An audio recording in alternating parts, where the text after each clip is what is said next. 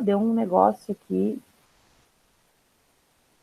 Gente do céu, eu removi a Daisy aqui da sala sem querer.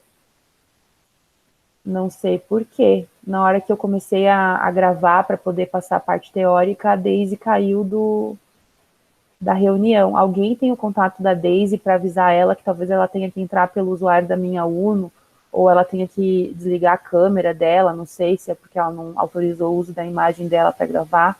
Ele derrubou ela quando começou a gravar. Quem que tem o contato da Daisy para falar com ela? Eu avisei ela agora, prof. Tá, pede desculpas para ela, tá? Sim, prof, eu tenho outro recado do Lucas. Ele me mandou mensagem pedindo para avisar a senhora que ele tem que trabalhar. Tá, depois ele justifica comigo então e a gente vê como é que eu lanço justificado para ele, tá? Tá, eu vou pedir para ele te mandar um e-mail, então. Oi, Daisy, perdão, tá? Que foi ali na hora que começou a gravar, ele falou que ia derrubar algumas pessoas e na empolgação eu falei sim para a gente não perder o conteúdo, até pela quantidade de pessoas que estão ausentes, né? Para depois poder acompanhar o material. E aí nisso eu vi, parecia assim, a Daisy foi para fora da sala. Então tá ótimo. Se mais alguém aí sumiu e perguntar, vocês avisem que talvez tenha que fechar a câmera, não sei se foi esse o motivo que ele derrubou alguns.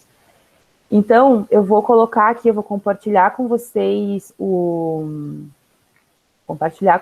a imagem, né, do modelo de negócio. Então, a nossa aula continua sendo total, assim, foco em vocês entenderem como a ferramenta modelo de negócios, ela efetivamente deve e pode colaborar para que vocês, no futuro, se novamente vocês sentirem esse desejo no coração, falar, cara, quer saber, eu trabalho aqui nessa produtora, mas eu acho que eu podia abrir minha própria produtora. Ou, poxa, eu estou aqui fazendo tal coisa, eu tive essa sacada que podia virar um aplicativo, podia virar, sabe, uma plataforma de encontro entre duas pessoas que têm o mesmo perfil de problema. Você encontra uma dor. Eu sempre gosto desse raciocínio que quando a gente encontra uma dor verdadeira, um problema, é o primeiro passo. Eu mandei parar a apresentação, né? Eu compartilhei e no fim mandei parar. Eu estou fazendo as coisas meio no piloto automático aqui, sei lá. Estou falando com vocês, compartilhando coisa, ligando câmera. Vocês estão vendo ali o modelo de negócio, né? A tela do modelo de negócio. Estão vendo, né? Um, Sim. dois, três, ali, tá, legal. Então eu vou deixar ali só para a gente entender. Então, sim, o meu viés total, assim, de chegar na A2 e ver que vocês chegaram numa boa A2, é quando vocês olharem um papel em branco, porque o modelo de negócio nada mais é do que um grande papel em branco. E todo negócio, quando ele começa, ele é um grande papel em branco. Ele é um grande desafio, ele tem grandes riscos, ele tem uma grande oportunidade também. Então, olhar um papel em branco, eu sou suspeita porque eu sou designer, né? Então, sempre gostei de desenhar, sempre gostei de criar coisas. Então, papel em branco, o que significa? Uma infinidade de oportunidades. Vocês conseguem visualizar isso? Ninguém tá tipo com margem, ninguém tá colocando ali um pontilhado para você seguir, ninguém tá falando para você uma receita. Você abre ali um livro de receita da vovó, vai estar ali, pegue ovos, pegue farinha de trigo, pegue isso. Quando você pega um papel preenchido, tem as palavras de um mestre, as palavras de alguém, você pode seguir aquela ideia. Isso que a gente está vendo, Canvas, na verdade, ele tem um método, entende? Ele tem ali uns quadrantes para te ajudar a refletir, mas tem até outros modelos já que te ajudam também para empreendedorismo, além do Canvas, que aí abordam outras lógicas. Se você for trabalhar na linha de criar um software, tem Canvas já modelado especificamente para quem vai desenvolver software, tá? Só para te explicar, existem já até Canvas mais profundos e mais apropriados para cada negócio. Mas eu estou trazendo para vocês um Canvas clássico, um Canvas de modelo de negócio, ou seja, qualquer tipo de negócio. E o ponto principal é o potencial desse Canvas. O potencial dele significa o quê? você sai de um ponto zero que você não tem nem ideia do que você quer desenvolver. Em cima de um ponto zero, você começa a amadurecer. E aí eu vou até abrir, eu vou acrescentar aqui outras coisas, como a SWOT, né? Porque não está ali, eu vou acrescentar. Então, eu estou pegando umas imagens pequenas da internet, bem rápido aqui, só para não ficar navegando na internet com vocês, para poder usar a minha tela aqui. Então, por isso está vindo estourado, tá? Eu nem estou ajustando resolução, também vou dar crédito aqui para a fonte, é só para mostrar a estrutura. Então, vocês estão vendo que eu acrescentei aqui a SWOT, eu não sei se vocês veem na hora quando eu troco a tela. Eu acrescentei aqui a SWOT, vocês viram? Ou não? Isso não apareceu? Apareceu? Então, apareceu com uma resolução bem baixa, tá? Vocês nem estou vendo que a prof colocou ali, não dá nem para ler, não dá para ler mesmo, mas eu vou reforçar. O que é uma SWOT? Fatores positivos, fatores negativos, de dois lugares, fatores positivos que vêm de fora, certo? Do mercado, eu não tenho controle. Eu não tenho controle de fatores positivos, como, por exemplo, alguém que tem um infoproduto, tá? Alguém que está trabalhando...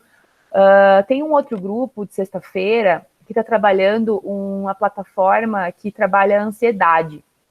Vocês concordam que no momento que a gente está vivendo, presos na própria residência, comerciantes que estão... Teve gente que eu vi que botou um post assim, que está olhando da sacada do apartamento, todo mundo nas ruas, agindo como se nada fosse nada, enquanto ele fechou o comércio. Imagina o nível de ansiedade de uma pessoa dessa, vocês conseguem visualizar? Isso é um fator externo, por mais que você faça post nas suas redes sociais, por mais que você faça reivindicações, bandeira, reclame, que você mande a carta para o presidente dizendo que isso está errado, que as pessoas continuam circulando na rua como se nada fosse nada, enquanto você está dentro de casa tentando evitar a pandemia, é fator externo, comportamento da sociedade é fator externo, coronavírus é fator externo, tudo que está fora do seu alcance, que influencia o mercado, e aí você tem que ter um olhar mais recortado, o mercado que te impacta, ou então o mercado da sua área de atuação. Se você trabalha na área de bebidas, o mercado da bebida. Se você trabalha no mercado de emocional, né, ansiedade, como que é esse mercado de psicólogos, psiquiatras e terapeutas, enfim. Consegue entender? Então, assim, fator externo não está no teu controle, mas ele impacta as tuas decisões. Então, eu saio aqui, ó, vou colocar de novo, no modelo de negócio, que é o resultado final que eu quero, mas eu tenho que sair já de uma pessoa mais madura. E vocês, nesse grupo em particular, nunca tiveram análise SWOT em outra disciplina. Então, a gente tem que lembrar disso na hora de montar o nosso cenário. Então, quais são as fortalezas que eu tenho, ou seja, coisas internas daí que eu tenho como diferencial, né? Eu tenho uma equipe qualificada, eu tenho dinheiro guardado para investir no negócio, eu tenho acesso a um network incrível que me ajuda a entrar no mercado que eu quero atuar, ou então oportunidades. Então, fortaleza é uma coisa, fortaleza é o que eu tenho, é a minha fortaleza, é o meu controle de ter coisas positivas e poder trabalhar com elas a meu favor no meu negócio. Oportunidade são coisas positivas que o mercado apresenta para mim pelo cenário dele, seja econômico, seja de natureza, seja financeiro, seja social, cultural, tá? Sabe, seja situacional, que nem o caso da pandemia. Então, um eu tenho controle, o outro eu não tenho controle. Fatores negativos também com dois olhares. O que eu tenho como fraqueza, então fatores internos que eu não consigo não refletir, a gente tem que ter humildade para refletir. Por exemplo, não tenho domínio de um software e para poder abrir essa produtora, eu tenho que dominar melhor esse software para poder executar algumas peças, porque no começo eu que vou ter que executar, eu não consigo contratar alguém. Então você mapeia essa fraqueza, mas não mapeia ela também para sentar em cima e falar, é assim mesmo, prof, eu não tenho dinheiro, é o clássico, né? Não, a nossa equipe não tem dinheiro para investir no negócio. E aí, talvez, quando chegar no último dia de aula, você vai ver que tem um projeto incrível, que tem um potencial de mercado, que faz sentido, que deveria virar produto, que deveria virar serviço, que deveria virar realidade. E você, porque tem uma fraqueza, que é a fraqueza mais clássica dos estudantes, eu não tenho dinheiro, por causa disso você para. Não, porque se você fizer um bom pitch, você fizer um bom modelo de negócio e você fizer um bom MVP, que era um ponto que eu gostaria que a gente chegasse, que é o MVP, para quem quiser anotar, que estiver empolgado com a ideia e quiser efetivamente tocar o negócio, MVP é o mínimo produto viável, tá? A sigla fica nessa ordem porque é em inglês, MVP, mínimo produto viável, porque daí você poderia efetivamente mostrar que o teu produto funciona, faz sentido, vai ter os primeiros clientes, vai ter pelo menos os primeiros cases de sucesso. Em cima do teu MVP, você pode, num programa que nem Shark Tank Brasil, mostrar a viabilidade do teu projeto e que ele faz sentido. Você pode, daqui a pouco, se associar ali no Chapecó, na Inktech, e tentar incubar a tua ideia e virar uma startup, uma empresa iniciante, com apoio daí da instituição de ensino que vocês estudam, vocês estão se formando, então vale a pena refletir se querem levar o lado de empreendedor mais a sério. Vocês podem, daqui a pouco, conseguir até um investidor na família, um parente aí que tem recursos, enfim, mas ele só vai acreditar e alguém só vai colocar dinheiro e energia. Então, desde a Inktech, a nossa incubadora, a gente só vai incubar vocês. Vocês vão entrar no edital ali de empreendedorismo e conseguir apoio do governo. Vocês só vão conseguir essas coisas se vocês, em primeiro lugar, acreditarem que encontraram uma oportunidade de mercado e que vocês têm força suficiente para ter energia para ocupar esse mercado. Então, se concentra no positivo. Se você tem fraqueza, bota do ladinho ações que vocês podem tomar para corrigir essa fraqueza. Prof, isso é para entregar que vale nota? Não, gente. Eu estou conversando com vocês agora porque a gente está chegando na reta final e eu sei que algumas pessoas aqui têm sangue no olho.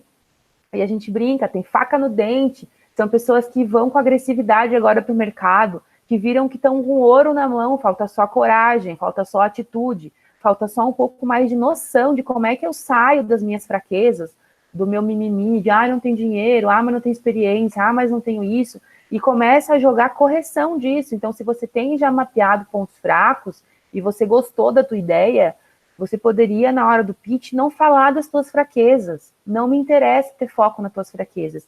Me interessa como é que você está agindo para tirar as fraquezas, minimizar as fraquezas e ter foco na tua força, sabe? Se eu não domino um software, vou dominar esse software. Se eu não sei gestão financeira, vou pegar um membro da equipe para fazer uma capacitação do Sebrae, tem de graça. Você vai lá, abre um MEI, tá? Um microempreendedor individual, que é ridículo virar um MEI, você consegue botar isso no teu orçamento e já virar um empreendedor individual, e você vai ter acesso a um mundo de formações ali, pela plataforma MEI, de capacitações financeira, administrativa, enfim.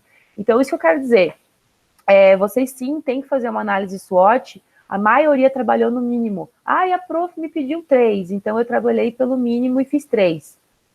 Tudo bem, se você está aqui para ganhar a tua nota, você fez ótimo, mas se você quer efetivamente abrir um negócio, eu indico que você já faça uma reflexão de como você poderia efetivamente sair da fraqueza e pensar a tua ação para virar uma fortaleza ou pelo menos virar um ponto neutro, tá?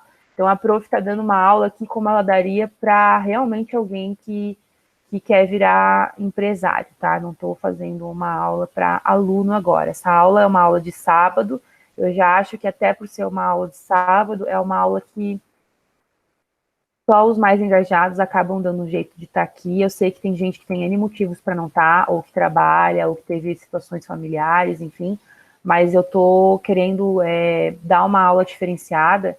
Para vocês terem ideia, uma aula dessa, uma conversa dessa, eu poderia estar pagando, eu teria gente pagando consultoria para mim, tá? Então eu cobro aí de 100 a 200 reais para dar uma consultoria dessa para quem já está no mercado, para quem já é autônomo, se refletir, se reposicionar e encontrar um mercado mais nichado, encontrar um nicho de mercado. Então vocês estão tendo uma aula aí de graça de coisas que eu cobro. Espero que vocês entendam o nível de maturidade. Poderia ser uma aula para pós-graduação, enfim, uma aula para para quem realmente está já mais no mercado. Eu sei que alguns de vocês já estão no mercado, e eu já percebi, conversando com alguns, como é 7º período, que alguns já estão ansiosos e aflitos para dar uma nova cara para a sua carreira. Então, essa conversa é uma conversa para quem efetivamente está querendo deixar o relatório perfeito, mas principalmente para quem não está tão preocupado com nota e está mais preocupado de por que eu fiz isso. Por que eu preenchi a SWOT? Por que o prof pediu para fazer o mapa da empatia? Tá? Então, vamos agora para mapa da empatia. Então, vocês saem do SWOT e refletem o cenário interno de vocês como potencial grupo que vai lançar uma empresa, e vocês saem do cenário externo, né? Que aí vale a pena aprender um pouco mais sobre macroambiente e microambiente também, que do marketing tem livros muito bons que podem ajudar vocês. Daí a gente vai para o mapa da empatia. Por que a gente foi para lá? A gente foi para lá porque efetivamente a gente vai ter um produto, uma solução, um serviço muito mais coerente quando a gente encontra um problema que o mercado tem e efetivamente em cima dessa dor do meu cliente, essa necessidade, esse anseio do mercado, eu consigo propor uma solução. Quando a solução que você propõe, ela efetivamente ela acaba com uma dor, ou ela mitiga, ou ela potencializa um ganho, enfim, quando ela trabalha com alguma coisa que realmente faz sentido na pessoa, porque tudo é pessoa. Mesmo que a gente fale do mercado B2B, eu vou ter lá um dono de empresa, tá? B2B é business to business, então vender a minha empresa, vender para outra empresa. Mesmo quando eu estou pensando que eu vou vender para outra empresa, vai ter alguém ou algum cargo dessa empresa que sente uma dor. Vou pensar num exemplo mais fácil aqui. Se eu tenho serviço de limpeza, né, uma Orcali da vida, e eu vendo o meu serviço para uma outra empresa, terceirizar um serviço de limpeza, não é a empresa como um todo que sente essa dor. Eu tenho uma persona, geralmente é o cara da infraestrutura, ou o gerente administrativo, enfim, depende do nível da empresa. Uma empresa menor tem um cara do administrativo que cuida de tudo, né? Que ele cuida de quem que vai, ele é o cara que está acima do RH, que cuida dos pagamentos, das férias e tudo. Ele é o cara que está acima também da infraestrutura para garantir aonde vai ser a loja, o aluguel, etc. E ele cuida também daí da manutenção, quem vai manter o prédio, o espaço, a limpeza. Então, eu vou atacar dali o gerente administrativo para poder negociar. E o gerente administrativo, quando está ocupando esse papel, ele tem as dores dele. E uma das dores dele é como que ele vai manter o serviço, né, de limpeza e manutenção do shopping, da loja, dos escritórios, enfim, com baixo custo. Por isso que ele contrata um terceirizado. Porque é uma dor de cabeça menos para ele aumentar a folha de pagamento, sabe? Aumentar a administração Porque não é só folha de pagamento, ter funcionário é um cuidado diferenciado de motivação e tudo isso. Então, vocês têm que entender que todo mundo tem dor. Não importa se eu estou falando que eu vou vender para a empresa, isso é uma frase, inclusive, que eu dava em capacitação, porque eu vendi muito de empresa para empresa, né? As empresas que eu trabalhei vendiam para outras empresas. E eu sempre falava isso, por trás de um CNPJ, né, porque a gente trabalha com empresa muito na linha de CNPJ. CNPJ, é uma empresa. Não existe isso. Você nunca vai negociar com a Uno Chapecó. Você vai negociar com um cargo, sabe? Ou a diretoria, que vou falar de 2 diretorias que estão extintas até para não expor, né? A diretoria ali que trabalha com infraestrutura, a antiga DLPO, ela tem uma dor, a manutenção da instituição, a manutenção das salas, instalar ar-condicionado. A diretoria de gestão de pessoas, né, a DDH, Diretoria de Desenvolvimento Humano, que existiu também, não existe mais, ela tinha outras dores, como manter os funcionários motivados, como fazer uma capacitação quando entra um novo funcionário. Então, assim, a gente tem que ver todo mundo como ser humano. E aí, se você está trabalhando com um mercado que não é business to business, que já é mais difícil fazer mapa da empatia, você está trabalhando que nem a equipe nossa aqui, que está trabalhando com o público que mudou de cidade, né? Gente, como é que você não sabe fazer um mapa de empatia de um grupo como esse? Um grupo que mudou de cidade é um grupo que tem muita dor. Mudar de cidade gera muita dor. E muita dor social, sim, a gente se afasta dos familiares, a gente se afasta de amigos da época da infância, a gente se afasta de amigos da época no caso, eu vim depois da faculdade, então meus amigos da faculdade eu me afastei. Quem tem filhos tem também as dificuldades de o filho trocar de escola. Quem é mais novo, no caso, tem a dificuldade de ter encerrado um ciclo, né, às vezes de ensino médio, enfim, ou tem que trocar de escola. Então, assim, ó, tem muita dor envolvida. Então, se você não está conseguindo preencher dores, é porque efetivamente você não soube fazer a entrevista, não soube fazer questionário, não soube fazer grupo focal, não teve tempo, porque é uma disciplina e você está levando isso realmente na linha de eu quero fazer o mínimo para tirar nota. Porque se você quer empreender de fato, você deveria focar total nisso. Em quem é o teu público-alvo e o que ele sente, porque em cima das emoções dele você vai ter um resultado muito mais efetivo. E aí eu vou meio que jogar um pano quente aqui para vocês entenderem que eu, quando dou consultoria, eu já tive 2 consultorias, tá? Que as pessoas estavam me pagando para eu ajudar elas a ter uma estratégia de reposicionamento no mercado, aumentar a escalabilidade, para aumentar o faturamento. E mesmo elas estando me pagando contratos que eu considero contratos altos para ter minha consultoria, na hora que eu pedia para elas preencherem o mapa da empatia, elas não preenchiam com qualidade, sabe? 2 pessoas que me pagaram contratos altos e deveriam entender, e eu falava o que eu estou falando para vocês aqui.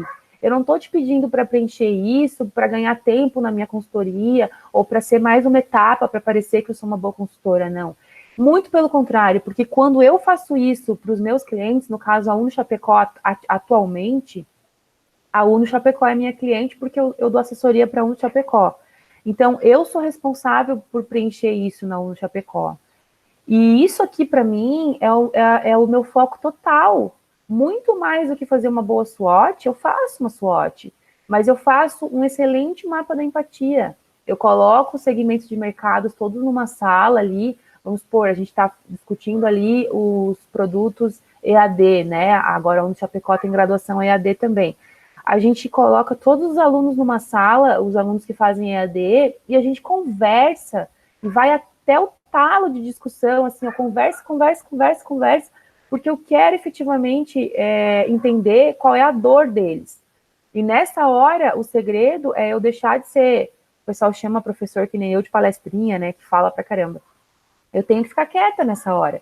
Então, eu levo lá uma entrevista semi-estruturada, e como eu sou uma pessoa que gosta de falar, eu efetivamente tenho só uma pergunta que direciona, e eu tenho que ficar bem quieta, vendo eles discutirem entre si qual é a dor deles, né? Que é o grupo focal, que é a técnica que eu mais gosto. Mas não tem desculpa, sabe, gente? Entrevista, a gente discutiu em sala como fazer entrevista, e questionário. Prof, eu mandei questionário e as respostas não foram boas. Então, volta para a entrevista e faz mais entrevistas. Mas, assim, ó, dá um jeito de você efetivamente, quando for para o último dia de aula, quando você for para o pitch, você não falar assim, ó, eu acho que a dor é tal. Não.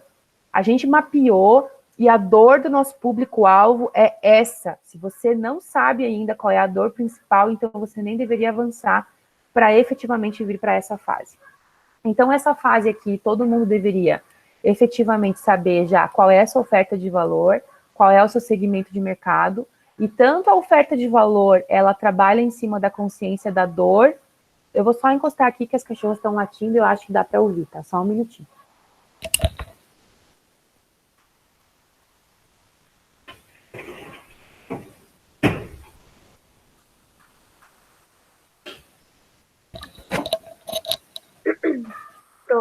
Eu encostei, acho que não adiantou muito. Fale. Só voltando àquele do Pensa, do mapa da empatia, eu senti dificuldade na hora de fazer isso. Qual que é o teu grupo, desculpa? É do veganismo. Do veganismo, tá. Assim, em relação, não só desse, em relação ao mapa da empatia mesmo, por questões do tipo, de não saber por exemplo, o que ele vê e que ouve, que você disse é o que ele ouve, por exemplo, na TV, o que ele ouve, se ele ouve Tá. podcasts e tal, e nessa etapa, Ótima, como a gente... ótima pergunta. O que ele vê e ele ouve, talvez você não colocou no questionário, então vocês poderiam, só para não ficar em branco, vocês podem pegar a opinião da única integrante que ela é vegana, né? Ou vegetariana, não me lembro se é vegana ou vegetariana. E conversar talvez só com um ou dois, assim, que vocês já conhecem, não precisa fazer um questionário. Mas eu vou dar um exemplo do que vê. Olha que legal. Você pode falar que os veganos veem os amigos se juntando para fazer churrasco. Olha que loucura, né? Então, assim, bem provável, como vocês nunca fizeram o mapa da empatia, vocês vão puxar muito pro clichê, sabe? Assim, ver televisão, ver Instagram, sabe? Ver Pinterest, sei lá, vocês vão pegar muito, assim, o clichê de ver no aspecto, ver algum canal, né? Ver alguma rede social, ver algum meio de comunicação. E não efetivamente precisa ir para essa linha, tá? O que vê seria mais ou menos, vamos supor, se eu estou fazendo uma persona que mora numa favela, ela pode ver invasão da polícia, sabe? Ela pode ver violência. Ah, eu estou fazendo uma persona que ela mora num condomínio fechado de luxo. Ah, ela vê crianças felizes, sei lá, sabe? Assim, é muito mais, talvez, a gente aprender a ter empatia. E empatia significa olhar com os olhos dessa pessoa, usar o sapato dessas pessoas, né? O termo que a gente mais usa é esse, né? Colocar os sapatos dessa pessoa. Então, é você pensar assim, ó, em 24 horas do dia dessa pessoa, o que ela vê que efetivamente talvez gera emoção para ela. Ela vê violência, ela vê restaurantes que tratam ela de forma de exclusão, sabe? Ela vê como se fosse um preconceito na forma de... Pode ser uma coisa muito mais voltando às emoções do que efetivamente só botar ali Instagram, televisão. Isso é raso. Então, o mapa da empatia é se colocar no lugar do outro. Uma coisa que eu chutaria que as pessoas veem é isso, elas veem os amigos se reunindo para fazer churrasco, né? Então, isso elas não disseram exatamente assim, mas isso teve no questionário em relação que alguns isso, amigos não incluem, outros sim pensam. isso. Então, eu acho bem interessante. Eu escutei muito isso de uma pessoa que virou vegana, mas ela trabalhou várias coisas além do veganismo, né? Então, ela acabou se afastando de muita gente, e ela falou isso, ela falou que ela viu que ela não se encaixava mais nos grupos que ela tinha antes. Então, é uma reflexão bem profunda. E uma profundidade dessa de reflexão e de comportamento, ela faz daqui a pouco vocês, eu estou dando uma ideia aí, né? Faz vocês pensarem que além de um blog, daqui a pouco vocês poderiam ter até uma coisa de meet, sabe? De criar rede social de encontro, porque talvez essa pessoa ela comece a se afastar por um hábito que parece assim, é só um hábito de comida, mas a comida, se você olhar historicamente, ela aproxima as pessoas. E aí essa mudança de hábito pode criar um afastamento e ela pode daqui a pouco querer ter outros amigos com esse mesmo perfil que ela tem. Que loucura, né? É uma reflexão bem profunda que eu estou dando e isso pode fazer vocês daqui a pouco mudarem a oferta de valor e ao invés de só ficar trabalhar em cima de receita e nutrição, trabalhar também uma coisa social. Por isso que eu digo que quanto mais você consegue ir além no teu mapa da empatia, melhor vai ser o teu modelo de negócio. Eu não consigo desassociar, eu vou direto preencher modelo de negócio. Não, eu acho que é uma pessoa rasa, é uma pessoa que não consegue explorar tão bem o modelo de negócio, tá? E aí vocês vão falar, mas prof, tu não pediu para preencher esse lado do ver e escuta. Eu não pedi, mas se você coletou dados e nesses dados tem coisas que mostram como que ela percebe o ambiente dela. Está escrito aqui nesse slide, inclusive, ó, o que ele vê, ambiente, amigos e o que o mercado oferece. Então, assim, eu vejo que o supermercado não vende produto direcionado para mim, eu vejo que os restaurantes não sabem me atender, sabe? Eu acho que teve uma pessoa que respondeu isso, né? Eu só tenho ovo para comer quando eu vou em restaurante. Então, assim, tudo isso é o que ela vê. O que ela escuta? Ai, você é estranho. Volta a comer carne, carne é proteína, sabe? Vocês podem colocar frases entre aspas, porque botar uma frase entre... Teve um grupo uma vez que fez um projeto que o mapa da empatia deles era de pessoas homoafetivas. E aí, frases que apareceram, assim, entre aspas, era, por exemplo, assim, eu preferia ter um filho ladrão. Gente, olha que pesado isso. Vocês conseguem ver a diferença de mapa de empatia? Eu que sou prof, que nunca vivi essa exclusão, né? E os alunos fizeram vários questionários, alguns eram eles mesmos homoafetivos, eles me expuseram, assim, um mapa da empatia completo, das frases que eles escutam da própria família, do que eles pensam e sentem. Eu não queria ter nascido assim. Será que tem cura mesmo? Gente, é muito pesado um mapa da empatia desse. E aí eu digo para vocês, é muito rico. Para quem? O grupo que não é vegano, porque a maioria de vocês não são veganos e não são vegetarianos. Então vocês acham que entendem o que eles sentem, mas vocês não entendem o que é sair com os amigos e não ter o que comer, não entendem o que é chegar num restaurante e olham para você e falam se quiser ovo ou se quiser só arroz que eu tenho para oferecer. Vocês não entendem o que é se sentir que está sendo excluído, sabe? Então é nesse aspecto que vocês podem preencher. É muito menos clichê e muito mais profundidades.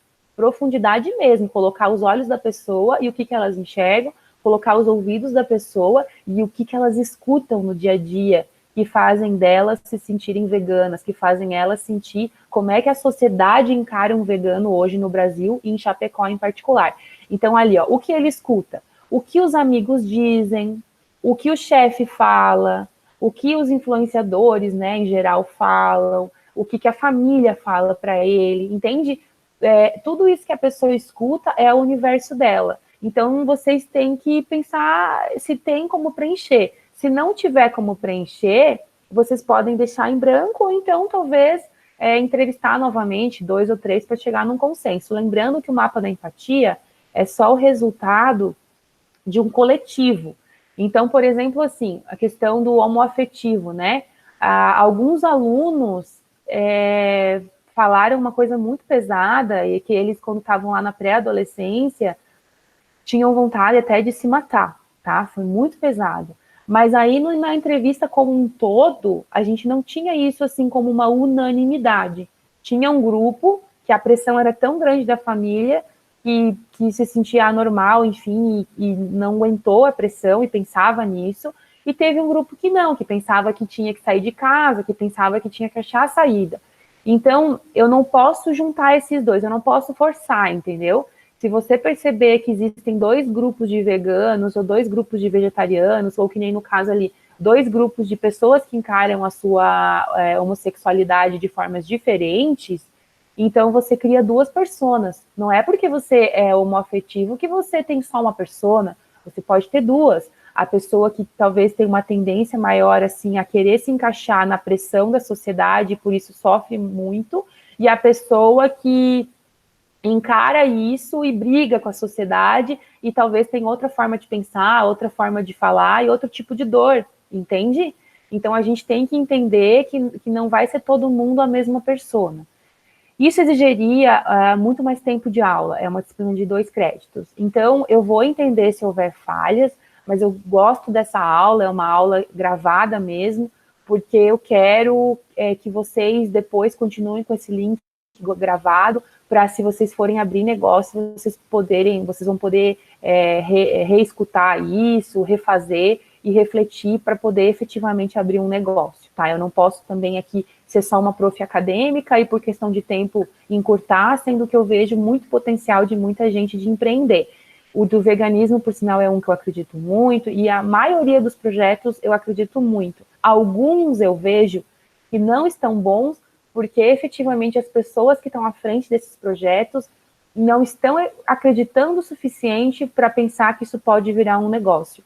Mas eu vou ser bem sincera com vocês, todos os negócios que foram propostos têm muito potencial para ir para frente, tá? Eu não vou falar todos, porque todos é exagero. Pode ser que tenha um aí perdido que tem que pivotar. Mas, assim, no máximo, que deveria pivotar. A maioria deveria pensar se não dá para melhorar e seguir o projeto. Gente, essa aula está ficando muito demorada. já tinham me alertado que eu não posso demorar tanto as aulas online, porque é cansativo, blá, blá, blá, blá, mas eu vou, então, encerrar aqui com o que a gente está fazendo, que é o nosso modelo de negócio. Para quem não lembra, então, ele é dividido em o que, proposta de valor, para quem, que é a parte de canais, segmento de mercado e cliente, então o foco dele é um relacionamento e como ser encontrado, mas sempre com foco na pessoa, público-alvo. A parte amarela é a parte do dinheiro, então a gente vai revisar isso aí na próxima aula, então não precisa ser o foco principal agora, o din-din, tá? Qualquer dúvida, a gente tem ainda a aula que vem para melhorar. O foco principal, eu vejo, é até a parte de cima inteira funcionando, que é o como vocês não fizeram e vocês vão fazer na aula de hoje, tá? O como ele vai trabalhar, então. Eu vou botar a tela cheia, acho que vocês conseguem ver quando eu mudo para a tela cheia, né? Ficou um pouco maior aí? Alguém responde para mim? Sim, ficou. Tá. Então, vocês vão trabalhar agora o item 8, o item 7, o item 6 e, se der tempo, ainda hoje, o item 9. Mas se você acha que vale a pena revisar o mapa da empatia, pega um pouquinho do momento com o teu grupo para revisar primeiro o mapa da empatia, para ver comigo, falar, não, prof, agora antes mesmo de começar o 7, o 6 e o 8, eu quero te apresentar o meu 1, 2, 3 e 4 revisado, e eu gostaria muito que tu visse se é isso para essa linha que eu vou. Ok, então, garanta que você encontrou a dor do teu público-alvo, garanta que você fez um 1, 2, 3 e 4 com muita qualidade, e aí sim, o 5 pode estar até com algumas falhas, porque a gente vai revisar junto depois. Mas aí sim você vai fazer o 6, 7 e 8. Eu não gosto dessa ordem, tá? Então eu vou dizer qual é a ordem que eu sugiro. Que vocês ali onde está o 8, parceiro chaves, vocês comecem por aí. Então agora, depois que eu encerrar essa aula teórica, vocês vão lá em parceiro-chave, tá? E vão preencher. Anota no caderninho quem é o líder aí do grupo, quem é a pessoa que está moderando o grupo. Vocês vão preencher o parceiro na seguinte lógica. Toda e qualquer instituição ou pessoa pode ser tua parceira-chave, desde que, efetivamente, essa relação seja uma relação ganha-ganha. Se essa relação ela for uma relação ganha-ganha, é parceria. O que é uma relação ganha-ganha? A empresa de vocês vai ganhar, então tem vantagem em chamar ele de parceiro, mas ele também tem que ver vantagem em se aproximar de você, tá? Um exemplo. Tem uma outra equipe que está trabalhando um aplicativo para fazer sociedade, né? Para a gente encontrar um sócio e tal. E aí eles escolheram colocar como parceiro-chave o Sebrae. Legal? Eu acho que o Sebrae é parceiro-chave, por quê? Porque o Sebrae é uma instituição que trabalha com empreendedorismo. E o fato de você encontrar o sócio certo é o meio caminho andado para você conseguir empreender, porque você vai, né, ter alguém com o teu perfil complementar, que vai te ajudar a corrigir suas falhas, que você confia, que talvez venha com capital para te ajudar. Tem N motivos que vai te ajudar a ter um sócio para você poder empreender. Aí eu pergunto para vocês, qual que é a vantagem da empresa deles? E vocês vão ter que responder. Se ninguém se der a cara a tapa aí para abrir o microfone, vai ficar parado. Por que a empresa deles, que é um aplicativo para encontrar sociedade, encontrar sócios, por que o aplicativo deles vai ganhar em ter o Sebrae como sócio?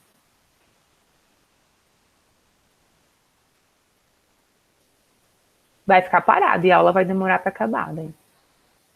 Por que um aplicativo, que é um aplicativo para encontrar sociedade, deveria ter o Sebrae como sócio? O que eles, como aplicativo, vão ganhar e o que o Sebrae pode ganhar? Se você tem a resposta de qualquer um dos lados, pode falar.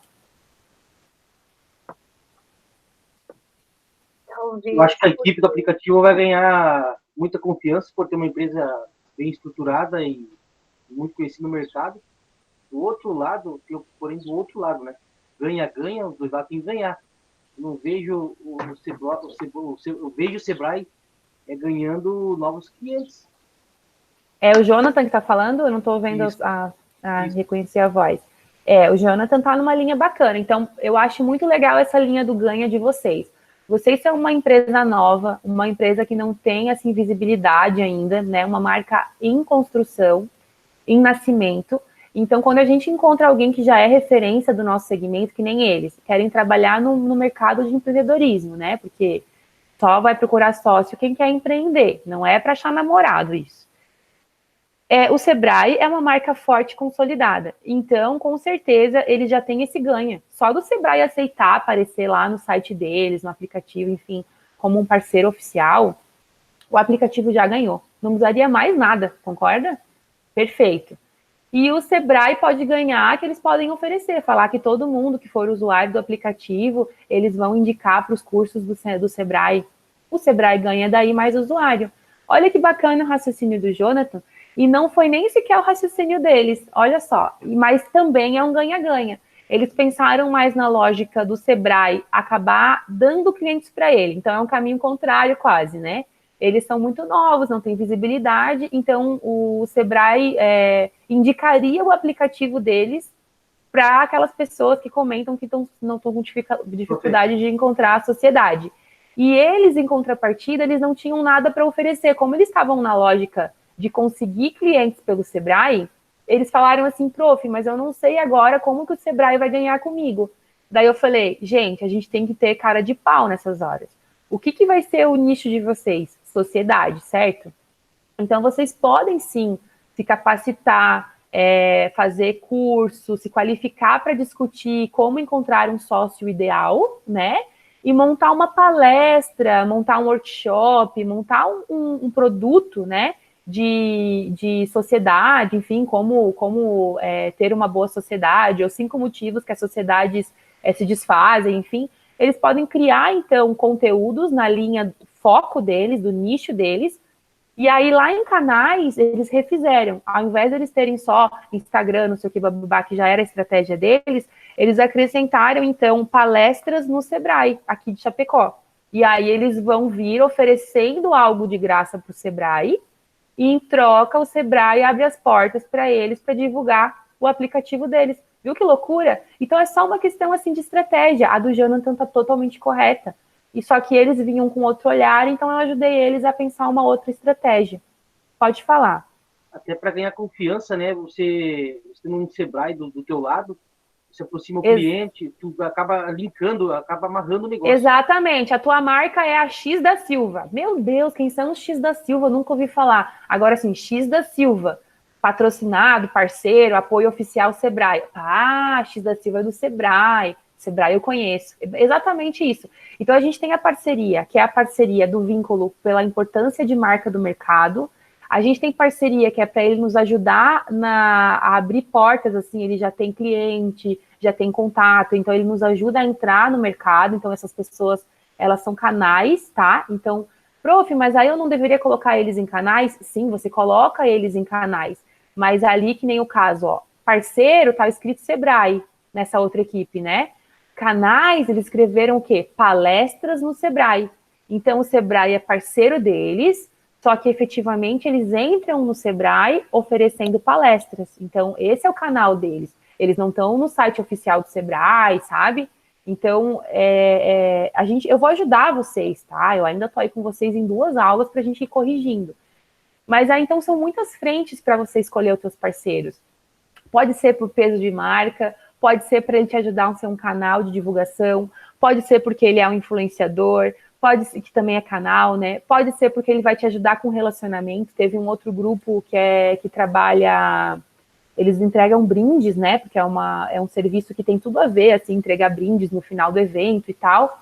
E aí eles fizeram uma parceria com o foco do quê? Em troca deles divulgarem a empresa do cara no evento, eles recebiam os brindes de graça. Também tem isso, acontece direto. Eu fui no teatro da minha filha, né, o teatro infantil, e aí o pessoal do Casa Nova, do teatro, eles deram uns copinhos da KNN, eu acho que é KNN o nome da escola de inglês. E aí, efetivamente, obviamente, o Estevam, que é o empreendedor, ele não gastou nada. ele deve ter pedido uma permuta, falou assim, em troca de você ser meu parceiro, eu deixo você divulgar o curso de inglês para criança, porque o público-alvo estava ali, entendeu? Tinha criança, tinha adolescente, porque a escola de inglês estava tendo divulgação nesse foco jovem e criança, e aí a KNN entregou os copinhos dela, o panfletinho dela, em troca, queira ou não, o teatro também acabou dando um brinde, além de ser só um teatro, você saiu de lá com um brinde. Então, às vezes, a troca é isso, você dá a visibilidade da empresa, em troca ela te dá um brinde. Tem assim, N formas de pensar a parceria, então eu não quero limitar vocês dando muito exemplo, eu quero só explicar que se vocês vão ganhar com essa relação, mas eles também vão ganhar com essa relação, então se os dois lados ganham, a gente chama esse termo de ganha-ganha, se tem o ganha-ganha, então ele é parceiro. Então vocês vão começar avaliando as relações ganha-ganha, e se vocês quiserem ir me chamando aos poucos, talvez é até melhor, para não acumular todo mundo no final da aula. Depois que você fez o ganha-ganha, você vai pensar quais são as atividades-chave. Então, não é para listar todas as atividades, mas você vai pensar usando o verbo, que é o jeito mais fácil para quem nunca preencheu o modelo de negócio. Então, por exemplo, assim, eu vou fazer um aplicativo. Então, é básico, você tem que desenvolver o aplicativo. Olha só que ridiculamente fácil. É isso mesmo. Então, você vai botar lá, bota com o verbo, tipo, desenvolver, porque se você não está escrevendo desse jeito, é porque não é uma atividade. Então, para não confundir muito, sempre pensa no verbo, fica mais fácil para você não errar. Então, desenvolver é um verbo, né? Então, bota lá, desenvolver aplicativo. Fazer campanhas de divulgação, atender o cliente no chat. Tudo pensando em verbos, você pode ter ali 5 atividades-chave, quais são as mais importantes, né? Ou pode ter 10, mas não exagera. 5 já está bom para mapear o geral. Recurso-chave é o que você vai precisar. Você vai precisar de, 5 computadores, vai precisar de uma sala de no mínimo 20 metros quadrados, vai precisar... O que você vai precisar de recurso? Pode ser daí desde recurso terceirizado, contabilidade, contratações de funcionários, até equipamento e sala, etc. Então, eu acho que contador, Oi? Pode mas falar. o contador, por exemplo, ele não pode caber lá nas parcerias chaves, por exemplo, ele vai prestar um serviço mensal para nossa empresa, para ajudar para ajudar a gente fechar as contas no mês. Sim. Vai ser um serviço terceirizado. Pode ser, vamos supor que eles vão alugar para vocês, só que eles não vão cobrar o aluguel porque vocês vão, em troca, prestar serviço para eles, é isso? Também, na verdade, mas eu estava pensando em utilizar, por exemplo, o computador quando a gente precisa, como um serviço freelancer. A gente vai precisar... Mas o computador, no caso, você no dia a dia não vai precisar, vai usar só celular, é isso? Não, o contador, profe. Ah, contador, eu tô entendendo computador, daí eu perdi total, meu. Qual que é a empresa de vocês? É o site de notícias. Tá. Então, você, no caso, vamos supor, ofereceria para ele o plano, e em troca ele vai dar a contabilidade para você? Eu não iria oferecer. Bru, eu acho que a gente tem que conversar em grupo, porque a gente necessita de um contador, tipo, não freelancer, mas que tu pague mensal para ele cuidar das contas. Tá, olha só, deixa eu só explicar isso para vocês, que a pergunta é muito boa e ela vai servir para outros grupos também. Mesmo que vocês daqui a pouco consigam colocar a pessoa como parceiro, ela é um recurso, entende? Não tem como abrir empresa sem contador. Então, você vai ali e vai colocar o contador, mas aí você conseguiu colocar ele como parceiro. Isso vai fazer com que vocês façam uma permuta. E aí, o que vai impactar? Vai impactar nos custos, porque daí a gente vai colocar que o contador vai estar zero custos, percebeu? Mas ele é um recurso, ele continua existindo como um contrato, ele é importante porque não tem como você fechar a sua contabilidade. A não ser que vocês decidam abrir um MEI e aí conversem entre si, eu tenho MEI já e eu não uso contador. Eu sou um exemplo, eu tenho MEI e eu acho meio que burrice pessoas que têm MEI pagar contabilidade, porque é muito simples lançar a contabilidade de um MEI. Mas aí é uma questão de vocês. Se vai ter o recurso, por mais que não gere custo, uma coisa é como e quanto você vai pagar. Mas você vai querer ter o contador, você coloca ele igual. Beleza? Entenderam? Então, assim, agora vocês vão preencher tudo que vocês precisam de recursos, que são básicos e são importantes, todas as atividades que são básicas e são importantes. Para não confundir uma coisa com outra, atividade usa verbo, e aí a minha dica é assim: se você quer ter uma atividade, você vai precisar de recurso. Então, por exemplo, desenvolver um aplicativo. Alguém me ajuda aí para a gente finalizar. Aí vocês gabaritando isso, a gente já encerra a aula. Se eu tenho uma atividade que é desenvolver um aplicativo, eu pergunto para vocês que recursos seriam os recursos mínimos para que efetivamente então assim, eu preenchi o 7, desenvolver aplicativo. Que recursos vocês consideram que deveriam estar aqui no item 6? Então, vocês veem que eu não concordo com a ordem nenhuma, né? Eu faço primeiro o parceiro, depois eu faço a atividade, usando o verbo. Em cima dessa atividade, eu reflito que recurso eu preciso para desenvolver essa atividade. Então, cada vez que preencher uma atividade, já vem lá embaixo e preenche o recurso-chave, tá? Então, vamos lá. Desenvolver um aplicativo. Que recurso-chave vocês acham que precisa preencher ali?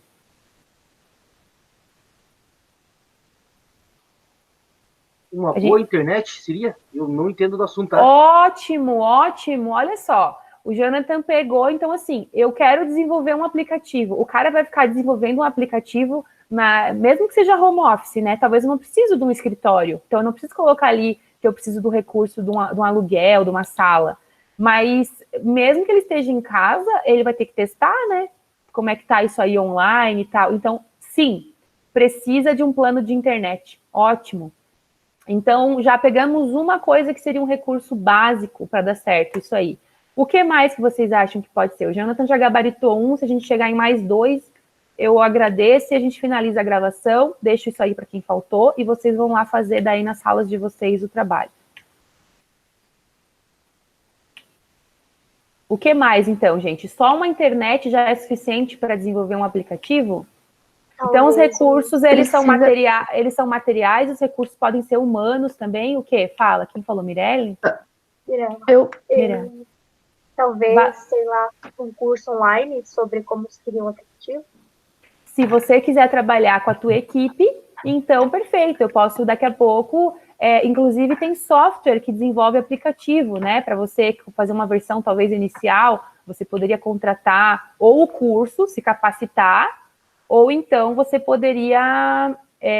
geralmente o recurso-chave, tá, Mirella, até para ajudar, o recurso-chave ele vai mais na linha de algo que eu vou pagar todo mês, né? Que eu vou manter. Por isso que ele é chave, porque ele se mantém. Um treinamento, se eu vou fazer uma vez e não vou fazer mais, o que vai acontecer? Eu vou trabalhar talvez em cima da minha fraqueza, daí já não é modelo de negócio, é análise SWOT. Eu quero eu mesma desenvolver o aplicativo, mas eu não sei. Então, eu vou fazer um treinamento, isso vai deixar de ser fraqueza e vai virar uma fortaleza. Olha só que interessante. A Valéria queria falar. Pode falar, Valéria, por favor? Sim, prof. Eu acho que talvez conhecimento em programação, ou alguém que tenha conhecimento em programação para fazer o site. Ótimo. Então, agora a gente vai para um outro raciocínio. Eu posso colocar, então, que um recurso-chave seria programador. Concorda comigo? Alguém discorda? Então, pode ser, né? Isso. Ele pode ser freela? Pode ser, se ele aceitar fazer job e fazer on demand. Ele pode ser um funcionário meu que eu pago todo mês? Pode também. O que vai impactar? Vai impactar no custo, tá? Não precisa refletir isso agora, se não der tempo, no sábado. Mas vocês têm que pensar nisso. Eu vou ter que ter um programador. Aí eu volto até para a própria Mirella.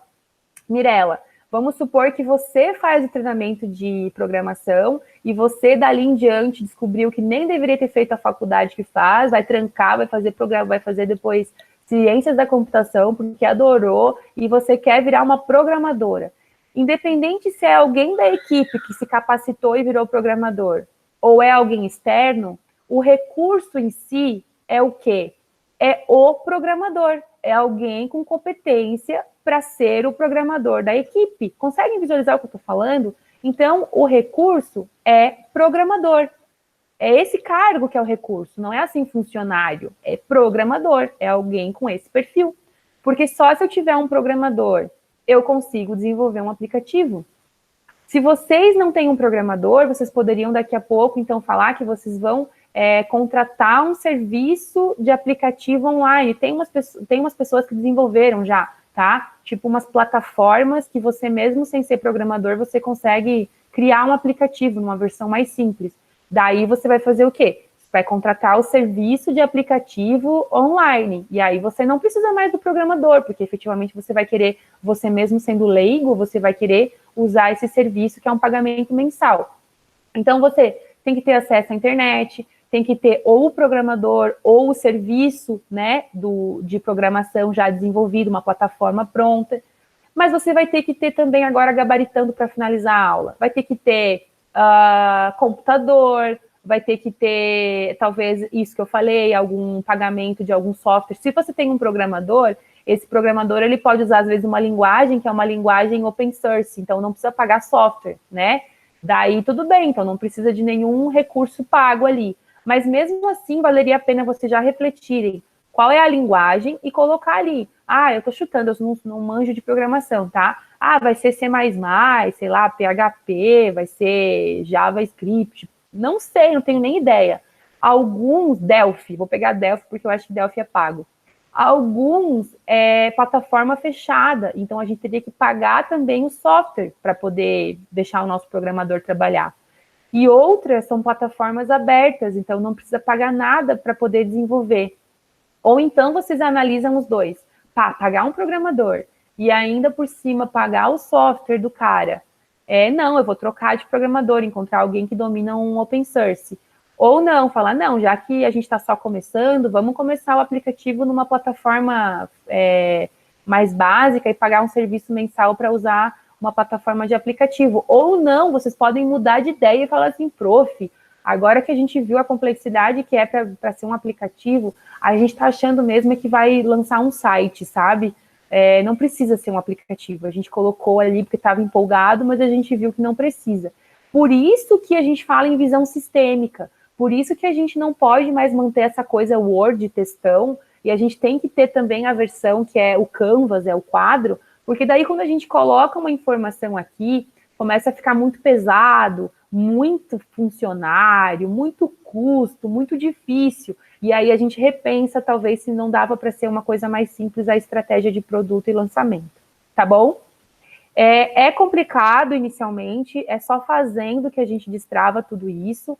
Por isso que eu peço que vocês efetivamente façam ainda hoje o que eu estou falando, porque está fresquinho, e vão me chamando nas pequenas dúvidas. Não espera para me chamar tudo no final, porque o que está acontecendo é que daqui a pouco chega meio-dia e eu não consigo falar com todo mundo, porque todo mundo me chama só quando preencheu tudo. E aí vira meio que um acumulado. Então, eu fico disponível para ir tirando toda pequena dúvida nos grupos agora, encerrando a aula coletiva. Alguém tem alguma dúvida coletiva que quer fazer antes de finalizar? É só a estrutura de custos que a gente não vai fazer, né? Isso, vocês não precisam se preocupar com a questão dos valores. Se já quiser ir fazendo do tipo, mas eu sei que o contador custa R$300 por mês, ou R$500, quer colocar já, porque já conversou, não estou proibindo ninguém de já ir colocando informações numéricas. Lá na base, realmente, eu quero que vocês façam realmente uma simulação já com os números, né? Então, você pode colocar ali, se quiser, né, lá embaixo, contador e o valor do contador. Se for para colocar valores, não coloca sem ser na base, tá? Não é para colocar. Lá em cima, parceiro e atividade e recurso, são só palavras, né? No número 6, verbo. Então, a dica é essa. No número 6, no meu número 6, que é desculpa. No número 6, que eu considero o próximo, parceiros. Parceiros reflete se ganha-ganha, atividade-chave verbo, então são coisas que eu tenho que fazer para a empresa existir, coisas básicas que eu tenho que fazer, e aí depois que eu penso essa coisa básica, eu penso o que eu preciso ter para poder desenvolver essa coisa básica do post-it da atividade. Façam isso, eu acho que bem provável vai acabar a aula fazendo direito isso, por isso que eu não estou pedindo para fazer mais nada. Prof? Oi. Depois que terminar essa aula, a senhora pode já assessorar a nós o primeiro grupo do audiovisual? Posso. Eu vou pedir assim, gente, para facilitar e já ser super rápido, vocês vão me chamando pelo chat, tá? Se por um acaso vocês verem que eu tô falando e não estão ouvindo minha voz, é porque eu tô falando com outro grupo, que acontece muito isso, né? Vocês me veem aqui, prof, o microfone tá desligado. É porque eu tô falando com outro grupo. Então, não cheguem falando comigo também, porque se vocês chegam falando comigo, às vezes eu acho que é alguém da sala que eu tô que tá falando, eu demoro a entender que é alguém dessa sala que tá falando. Então, vamos fazer um combinado assim, ó. Quando você me chamar para